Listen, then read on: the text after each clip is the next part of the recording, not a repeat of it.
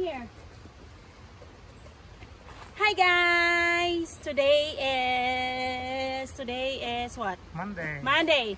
So happy Monday everyone. So right now nandito kami sa still the same sa town namin. So naglakad-lakad kami.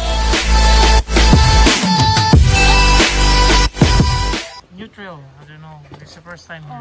First time naming maglakad ngayon. So samahan nyo kami para makita nyo rin kung saan kami pupunta at saan to, kung daan dito saan papunta.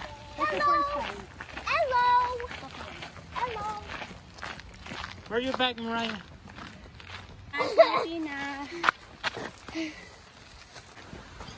So dito pag naglalakad kayo tapos may aso kayong dala, kailangan pag napupo yung aso, linisan nyo.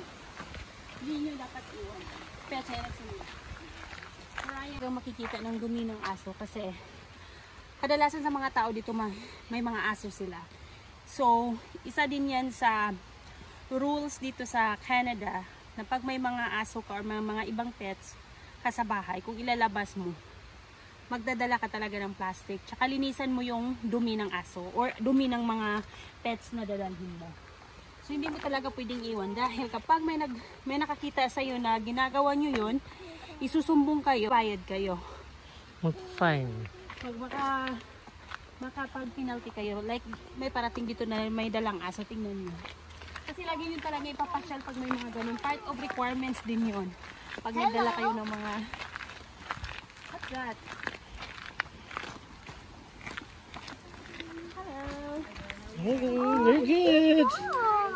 Hello. His name is Conan. Conan. Like the barbarian. Oh, yeah. Remember, I was scared. So tingnan nyo guys, may ano siya, maliit na fish. Born in the bighorn, a big little. A little condor.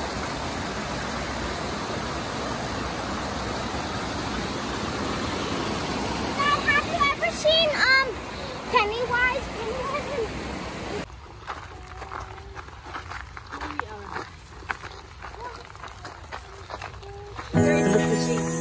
Itong gatuan na sila.